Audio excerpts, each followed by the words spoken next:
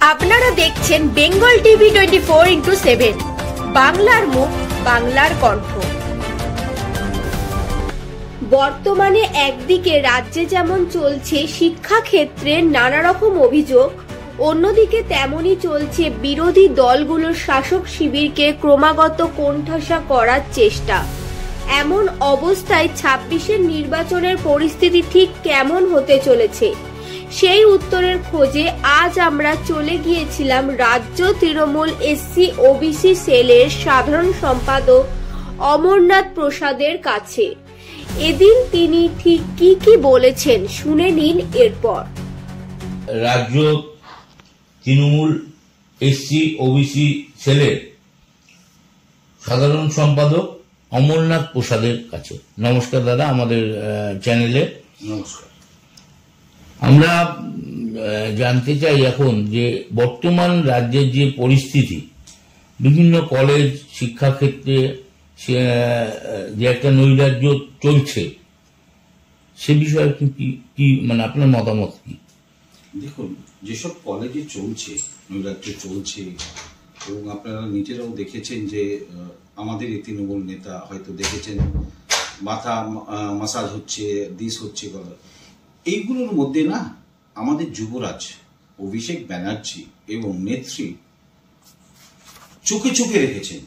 কোন সময় যে কি হবে সেটা কিন্তু বলা মুশকিল, এবং এটা অলরেডি বলেছেন যে আপনার সময় অপেক্ষা করুন, দেখুন রাজ্যে কিভাবে পরিবর্তন হয়। এই যে তৃণমূল কংগ্রেসের যে শৃঙ্খলা ভঙ্গ হচ্ছে বা এই যে বিভিন্ন কালিমা লিপ্ত করছে মানে কিছু দলের কর্মীরাই, এটাকে কিভাবে শুদ্ধিকরণ করবেন বা করার পরিকল্পনা নিচ্ছে তৃণমূল কংগ্রেস? আমার মনে হয় খুব শিগগিরই 26-27 তারিখের মধ্যে এটা শুদ্ধিকরণ হয়ে যাবে, দেখবেন খুব তাড়াতাড়ি শুদ্ধিকরণ হয়ে যাবে।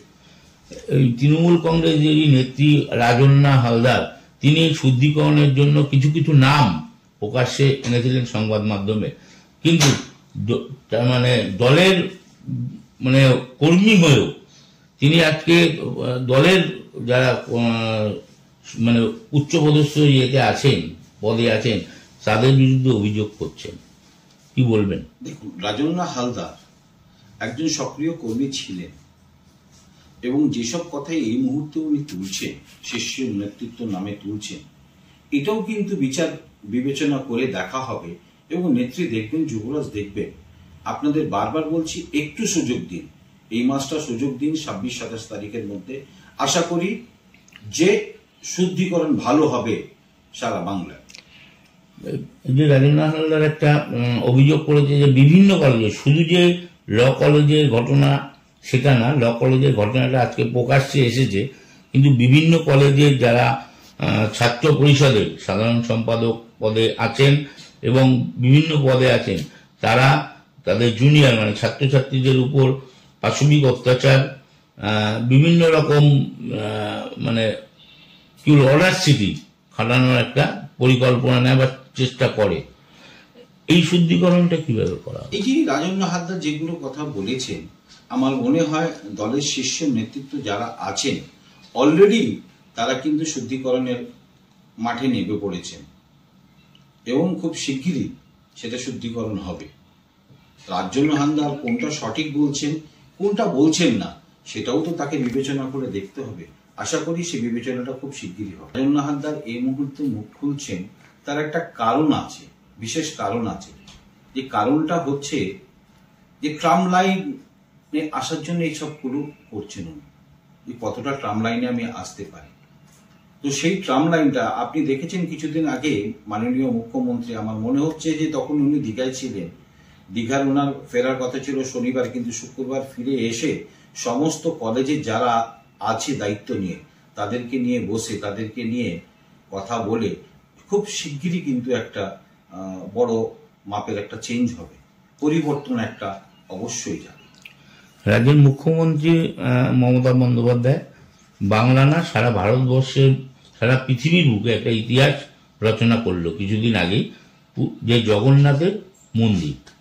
তো এই জগন্নাথ মন্দির স্থাপনের পিছনে মমতা বন্দ্যোপাধ্যায় যে অক্লান্ত পরিশ্রম করেছে, কিন্তু বিরোধী যে আছেন, বিরোধী দলের যারা নেতা মন্ত্রীরা আছে, তারা কটাক্ষ করছে যে এটা নাকি মন্দির না, তৃণমূলের কালচারাল সেন্টার। দেখুন, এক তো বিরোধী দলের যারা আছে তারা তো মন্ত্রী নয়, তারা মন্ত্রিত্ব জায়গায় নেই।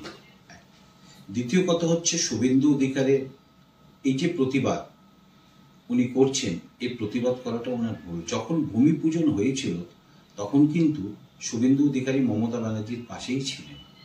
তো যদি ওনার প্রতিবাদই করতে হতো তাহলে সেদিন করলেন না কেন? মন্দির হয়ে যাওয়ার পর করাটা ঠিক না। এটা সারা বাংলা ঘরে ঘরে যেভাবে মানুষ জগন্নাথ ধাম একটা দেখতে পেরেছে, সবার পক্ষে তো আর পুরী যাওয়া সম্ভব না। সেই জায়গা দিয়ে গরিব মানুষ, সাধারণ মানুষ গিয়ে জগন্নাথ ধামে দর্শন করছে, সেটা কিন্তু বাংলার মানুষের কাছে, এবং মাননীয় মুখ্যমন্ত্রী যেটা করেছেন, অভিষেক ব্যানার্জির নেতৃত্বে যেটা করেছেন, আশা করি এটা কিন্তু আগামী দিনে ঘরে ঘরে পৌঁছে যাবে। শুভেন্দু অধিকারী আর একটা অভিযোগ করছে সম্প্রতি, যে পুরীর মন্দিরে সংখ্যালঘু ভাইদের প্রবেশ নিষেধ আছে, কিন্তু দীঘার মন্দিরে মমতা ব্যানার্জি সেটা লেখেনি। কি বলবেন সে বিষয়ে? আপনি তো দেখুন, শুভেন্দু অধিকারী বলেছেন যে ওখানে নাকি প্রসাদ সংখ্যালঘু মানুষ বানাচ্ছে, এইসবগুলো এলিগেশন তুলেছেন। আচ্ছা, আপনি আমাকে বলুন তো, দীঘার জগন্নাথ মন্দিরে লেখা আছে, কিন্তু আমি নিজে থেকে বলছি আমার ড্রাইভার সংখ্যালঘু, কিন্তু আমার সাথে পুরী গেছে।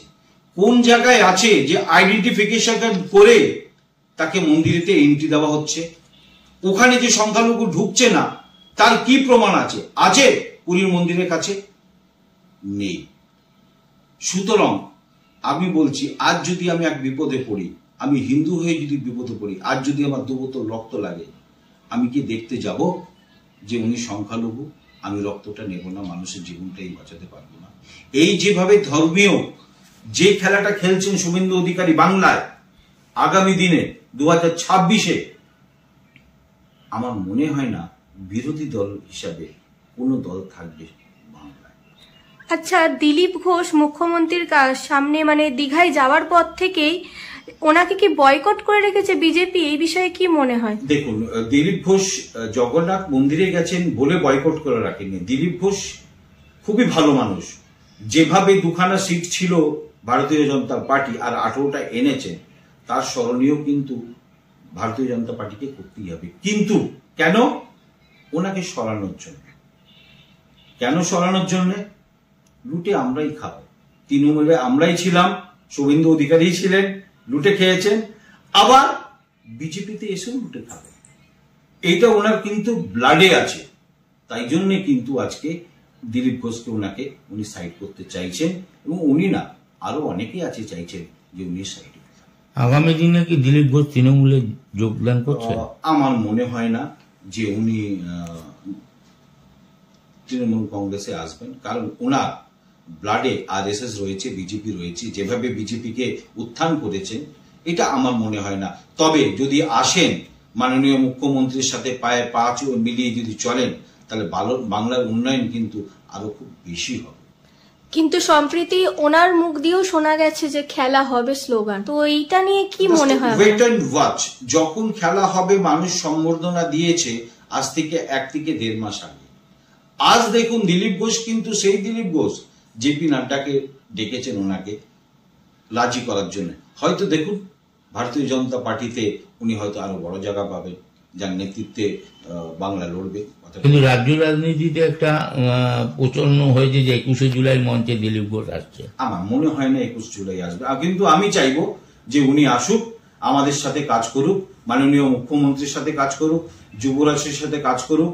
দেখবেন আরো বেশি উন্নয়ন হবে, কারণ ওনার মধ্যে যে কোয়ালিটিটা রয়েছে, ওনার মধ্যে যে অনুভবটা রয়েছে, সেটা যদি আমরা কাজে লাগাতে পারি আগামী দিনে, তাহলে কিন্তু বাংলা উন্নয়ন আরো বেশি করে হবে। আমরা একজন তৃণমূলের বিজেপির MP শান্তনু ঠাকুর, তিনি আবার হঠাৎ করে এখন, মানে কিছুদিন আগে বলেছিল, মাঝখানে চুপ ছিল, এখন আবার NRC নাকি উনি করবে, NRC আনবে বাংলায়। কি বলবেন? এটা ভারতীয় জনতা পার্টি NRC আনার জন্য হচ্ছে যে সংখ্যালঘুদের বাইরে পাঠিয়ে দেবো। সংখ্যালঘুদের যদি বাইরে পাঠিয়ে দিই, তাহলে হিন্দুর ভোটে আমরা সংখ্যা গঠন করতে পারবো। কিন্তু শান্তনু ঠাকুরকে আমি চ্যালেঞ্জ দিয়ে বলছি যে উনি এনআরসি চালু করার আগে আমি যে কথাটা চালু করে দেব, আমি ওনার এগেনস্টে যেটা বলতে পারবো, ওনার পরিবারের এগেনস্টে যেটা বলতে পারবো, আমার মনে হয় না যে নরেন্দ্র মোদী ওনাকে মন্ত্রিত্ব রাখবে এবং মতুয়া সম্প্রদায় ওনাকে থুতু করে দেখবে। কারণ আমি বলছি, আগামী দিনে যদি শান্তনু ঠাকুর আমাকে চ্যালেঞ্জ করেন, আমি সেই তথ্য আমার কাছে আছে, সেই তথ্য নিয়ে আমি অবশ্যই আপনাদের কাছে দেখাবো, দেখিয়ে ওনার পলিটিক্যাল কেরিয়ারটা ধীরে ধীরে শেষ হয়ে যাবে। কিন্তু আমি এটা বলে গেলাম। দুদিন আগেই ভাঙড়ে একটা তৃণমূল কংগ্রেসের অঞ্চল সভাপতি মার্ডার হয়েছে। তৃণমূল কংগ্রেসের তরফ থেকে বলা হচ্ছে ওটা আর আইএসএফ থেকে খুন করেছে, আইএসএফ এর দুষ্কৃতীরা খুন করেছে। কিন্তু ওখানকার জনগণ, ওখানকার তার পরিবারের লোক বলছে কোনো আইএসএফ না, তৃণমূলের লোকরাই এই খুনের পিছনে জড়িত। কি বলবেন? দেখুন, বলার কিছু নেই। আপনি দেখেছেন কিছুদিন আগেই, মানে বেশ কালকেই বোধহয় অ্যারেস্ট হয়েছে কেউ, পুলিশ তাকে অ্যারেস্ট করেছে, কথাটা হচ্ছে। আর এটা মনে রাখবেন, ওখানে আইএসএফ এর সারা বাংলায় একটা সিট আছে, সেই সিট বাঁচানোর জন্য, সেই বিধানসভাটা বাঁচানোর জন্য আইএসএফ অনেক কিছু করতে পারে। কিন্তু এটা আপনাকে বললাম, এটা আইএসএফ এর সাথে মিলিয়ে এই ঘটনাটা ঘটেছে। কিন্তু তৃণমূল গোষ্ঠীদ্বন্দ্বতে বিশ্বাস করে না। সারা রাজ্যে তৃণমূলের একটা গোষ্ঠীদ্বন্দ্ব প্রকাশ্যে এসছে বা আসছে, এ বিষয়ে তৃণমূল কি চিন্তা ভাবনা করছে? দেখুন, গোষ্ঠীদ্বন্দ্ব, সংসার থাকলে তো গোষ্ঠীদ্বন্দ্ব হবে। আপনার যদি বাড়িতে 3টে ভাই থাকে, হাড়ি খটপট লাগবে না? কিন্তু যখন কোনো বিপদ হবে তখন কিন্তু 3 ভাই এক। আমি আবার বলছি, কিন্তু গোষ্ঠীদ্বন্দ্ব হয়তো আছে তৃণমূল কংগ্রেসে, কিন্তু সময় এলে, নির্বাচন এলে, 21শে জুলাই এলে সব কিন্তু আমরা এক, মাঠে আমরা একভাবে নামি। সুতরাং এটাকে আপনারা গোষ্ঠীদ্বন্দ্ব ভাবে দেখবেন না, এটা লেগেই থাকে। আমরা সম্প্রতি রাজারহাট নিউ টাউন যে বিধানসভা, সেই বিধানসভাতে তাপস চ্যাটার্জি বিধায়ক, এখন বর্তমান বিধায়ক, কিন্তু শোনা যাচ্ছে আবার সব্যসাচী দত্ত প্রাক্তন বিধায়ক ছিলেন যিনি, তিনি আবার এখানে দল থেকে টিকিট পাবেন। মানুষের মুখে শোনা যাচ্ছে এটা। কি বলবেন? দেখুন, টিকিট কে পাবে না পাবে সেটা তো নেত্রী থাকে। এক, আমাদের মাননীয় বিধায়ক শ্রী তাপস চ্যাটার্জি বিগত 4 বছরের, আমি বলছি বেশি না, 4 বছরে যেভাবে নিউ টাউনে কাজ করেছেন, যেসব প্রকল্প এনেছেন, আপনি কিছুদিন আগে দেখেছেন অ্যাম্বুলেন্সের ওনার কাছে এসছে, সমস্ত জিনিস আছে। তো ওনার কাজের কল্পনা নেই, অকল্পনীয় কাজ করেছেন উনি। কিন্তু ওনার সম্বন্ধে বলা মানে আমাকে নিজে ছোট করা। সব্যসাচী এবার দত্ত রইলেন, উনিও হঠাৎ করে আমি দেখেছি যে উনি এসছেন এখানে, কোনো বাড়ি নিয়ে এসছেন, কথাটা হচ্ছে। দেখুন, কর্মীরা মানুষের কাছে পৌঁছাচ্ছে, সব্যসাচীও মানুষের কাছে পৌঁছচ্ছে, যতটা করার উনি করছেন, কথাটা হচ্ছে। কিন্তু শেষ কথাটা কিন্তু নেত্রী বলবে যে তাপসদা থাকবেন না সুদীপদা থাকবেন। তবে আমার মনে হয় যে এখানে তাপস চ্যাটার্জি ইজ বেটার। উনি যেভাবে কাজ করেছেন এটা কিন্তু স্মরণীয়। সময়ও এসছে, হয়তো সব্যসাচীর সময় এসছে, এটাও তো আপনাকে ভাবতে, কার সময় এসছে, সব্যসাচীর সময়ও তো এসছে। তবে আমি বলছি, উনি কিন্তু হাতিয়ারা, এই পাথরঘাটা, এইসব জায়গাগুলোতে একটু ঘুরে বেড়াচ্ছেন, যার ওনার অনুগামী রয়েছে। কিন্তু নিউ টাউন তো পাথরঘাটা আর হাতিয়ারা নয়, নিউ টাউনটা তো দেখতে হবে আপনাকে। যেভাবে তাপস চ্যাটার্জি দীর্ঘদিন মানুষের জন্য কাজ করছেন, যেভাবে নেবেছেন, কথাটা হচ্ছে, আমার মনে তো হচ্ছে যে আগামী দিনে বিধায়ক এখানকার তাপস চ্যাটার্জি আবার হবে। এই বছরে একটাই, আবার কথা শুনবেন, একটাই, সেদিনই কিন্তু ভারতীয় জনতা পার্টি নিজেকে সারেন্ডার করে দেবে, সাইন বোর্ড হয়ে যাবে। এই রেকর্ড দেখে কিন্তু দেখবে আর জ্বলবে, জ্বলবে আর ফুলবে। কিন্তু বিরোধী কিছু দল, সিপিএম, বিজেপি, কংগ্রেস, এরা মাঝে মাঝে হঠাৎ বিভিন্ন জায়গায় ব্রিগেড করে, সভা করে, তো সেখানে লোকজনের জমায়েত দেখা যায় এবং তারা একটা মনে একটা আশা জাগে যে এবার হয়তো আমরা ক্ষমতায় আসব। কিন্তু সেই ভোটের বাক্স যখনই খোলা হয় দেখা যায় যে তৃণমূল কংগ্রেস আর তৃণমূল কংগ্রেস আর তৃণমূল কংগ্রেস। এই জাদুটা কি? এই জাদুটা কি? আমাদের সাথে কর্মী আছে, আর ওদের সঙ্গে পয়সা 350-400 টাকা দিয়ে মানুষ ভাড়া করে আনা।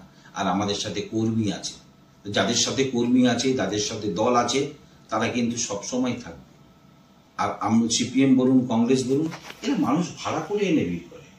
আপনি দেখুন কিছুদিন আগে কি আসবেন নরেন্দ্র মোদী, কোথায় আমি শুনেছি যে এই কোর্টের মাঠে এই দমদমে এখানে আসবেন। আপনি একটা বলুন তো, দমদম একটা ছোট্ট সেন্ট্রাল জেলের পাশে মাঠ, কতটা মাঠ? আপনি তো একটা প্রেস, আমি আপনাকে প্রশ্ন করছি, কতজন মানুষ আসতে পারে? মুশকিল থেকে 3000-4000, একটা প্রধানমন্ত্রী 3000-4000 সভা করতে আসবেন, এর চেয়ে বেশি লজ্জিত আমার মনে হয় কিচ্ছু করতে পারে। তৃণমূল কংগ্রেস একটা সবসময় বলে যে নির্বাচন আসলেই পরিযায়ী পাখি আনাগোনা শুরু হয় রাজ্যে। তো এই যে নরেন্দ্র মোদী আসছে, প্রধানমন্ত্রী আসছে, অমিত শাহ আসলো কিছুদিন আগে, সেটারই কি একটা লক্ষণ যে 2026-এ কে এলো আর কে গেল তৃণমূল কংগ্রেস তার ধার ধারে না। আপনি দেখবেন ইলেকশন এলে না, ক্যাবিনেট অর্ধেক উঠে এখানে বসে থাকে, কিন্তু সেই ক্যাবিনেটই কিন্তু আবার ফিরে চলে যায় দিল্লিতেই, কিন্তু এখানে কিচ্ছু আসবে না। কিন্তু কে এলো কে না গেল তাতে কিচ্ছু তৃণমূল কংগ্রেসে হয় না। যতদিন যুবরাজ আমাদের নেত্রী আছেন, আমাদের আরো শীর্ষ নেত্রী আছেন, তাদের সহযোগিতা করতে বলবো সারা বাংলা মানুষকে, সমস্ত কর্মীদের বলবো যে 21শে জুলাই আসুন, মহা আমরা সম্মেলন করি। কথাটা হচ্ছে দেখিয়ে দিই ভারতীয় জনতা পার্টিকে যে সেদিনই তাদের বিদায়ের ঘন্টা বেঁধে গেছে, যাতে 2026 নিয়ে আর ওদের কোনো কথা থাকে না। আর আমি বলছি 2026-এ মাত্র 26টাই সিট পেয়ে আটকে যাবে কিন্তু ভারতীয় জনতা পার্টি। শুভেন্দু অধিকারী বারবার ধরে মুখ্যমন্ত্রীর পদত্যাগের দাবি তুলছেন, কি বলবেন এই বিষয়ে? কাজই আছে, মুখ্যমন্ত্রী স্বপ্ন দেখছেন, স্বপ্ন দেখাটা তো খারাপ না। উনি তো এই তৃণমূলে থেকেও অনেক স্বপ্ন দেখেছেন। যেই মানুষটা, যেই নেত্রী, যার নামে ওনাকে মানুষ চেনা, ওনার বাবা শিশির অধিকারী, দিবেন্দু অধিকারী, কারা দিয়েছে এটা? তৃণমূল কংগ্রেসই তো দিয়েছে, গদ্দার তো এখান থেকেই করেছে। আর আপনাদের একটা কথা বলে দিই, যখন উনি নারদা কাণ্ডে ফেঁসেছিলেন তখনও কিন্তু ভারতীয় জনতা পার্টির সাথে আতাতে ছিলেন।